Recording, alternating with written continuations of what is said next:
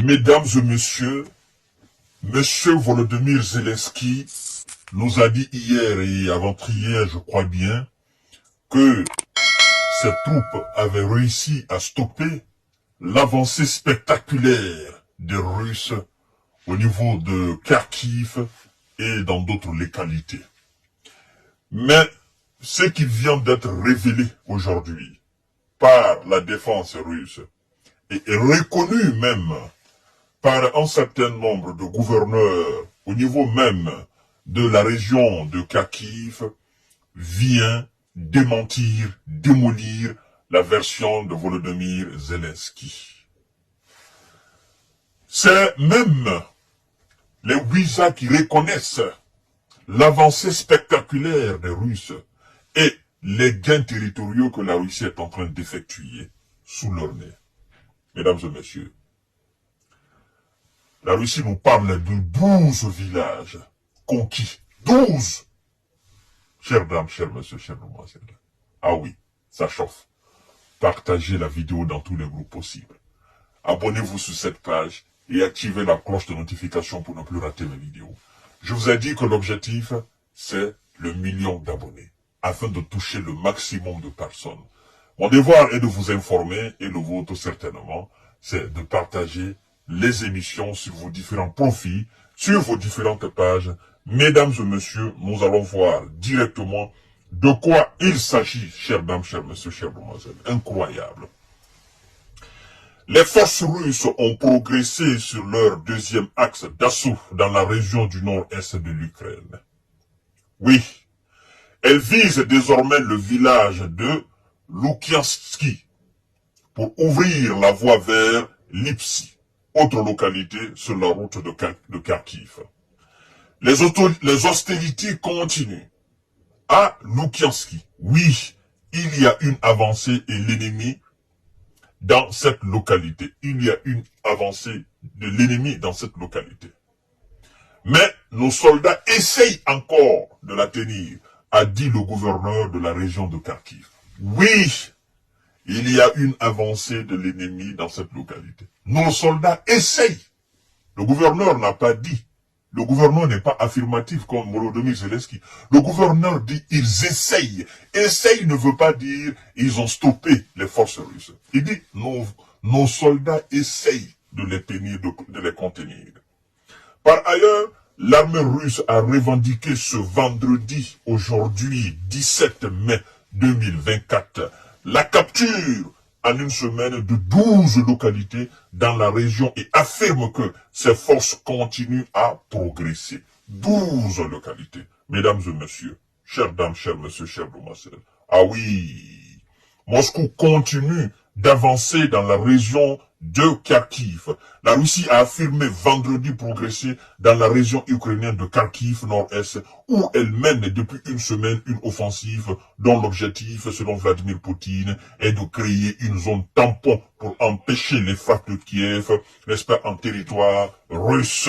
Chères dames, chers messieurs, chères demoiselles, en une semaine, les unités du groupe Nord ont libéré 12 localités de la région de Kharkiv et continuent d'avancer en profondeur dans les défenses de l'ennemi, a indiqué dans un communiqué le ministère russe de la Défense.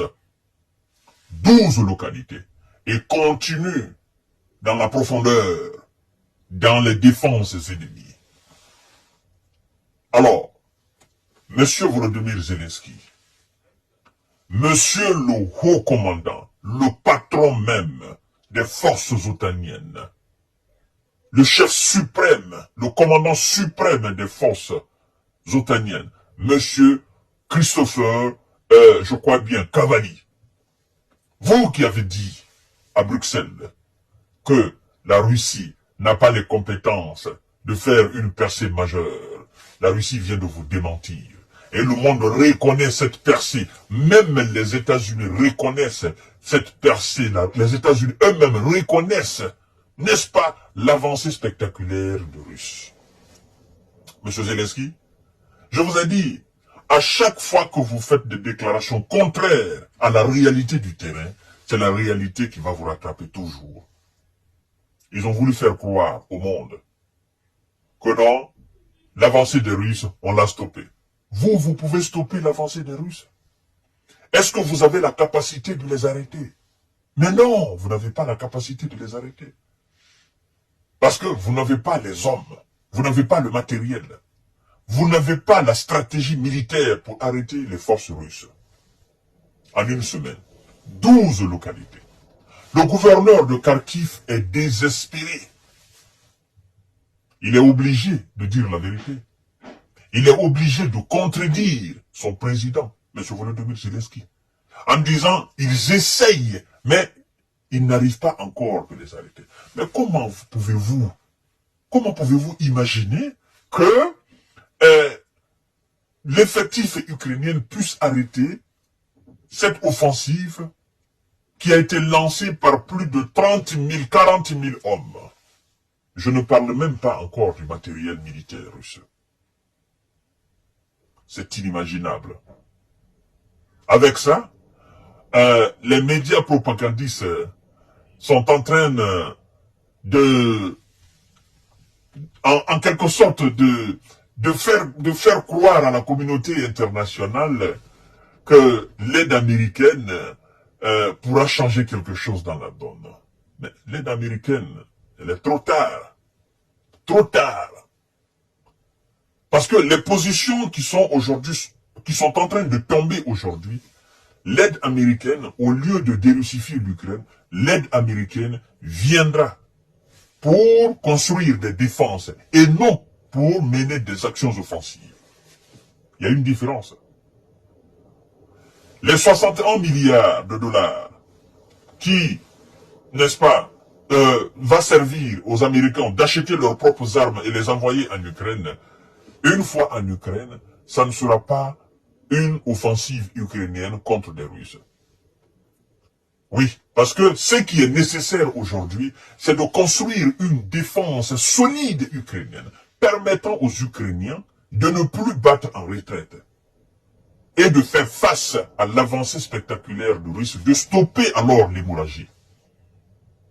Vous qui n'avez pas assez pour défendre, est-ce que vous pouvez attaquer? Mais non. Parce que vouloir attaquer, vous savez, aujourd'hui, il y a deux choses qui manquent en Ukraine.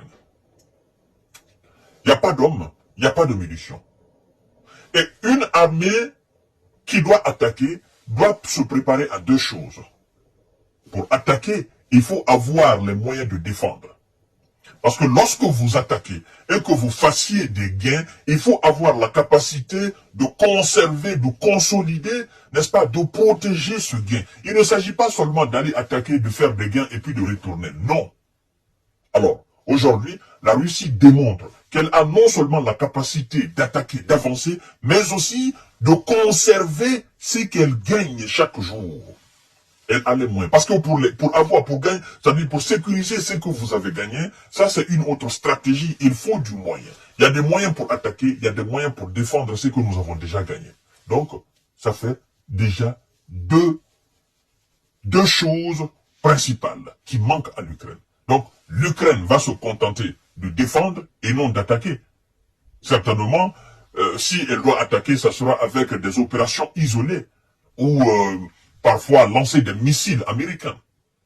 Mais sinon, une offensive d'envergure, ça sera impossible. L'Ukraine n'attend même pas les aides américaines pour lancer une offensive.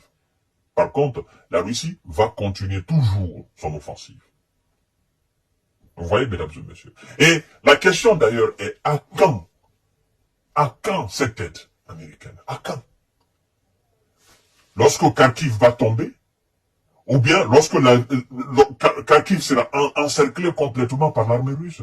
Lorsque tous les villages autour de Kharkiv, bon, une ville de la dimension à peu près de la ville de Paris, parce que selon les experts c'est comme ça, d'accord?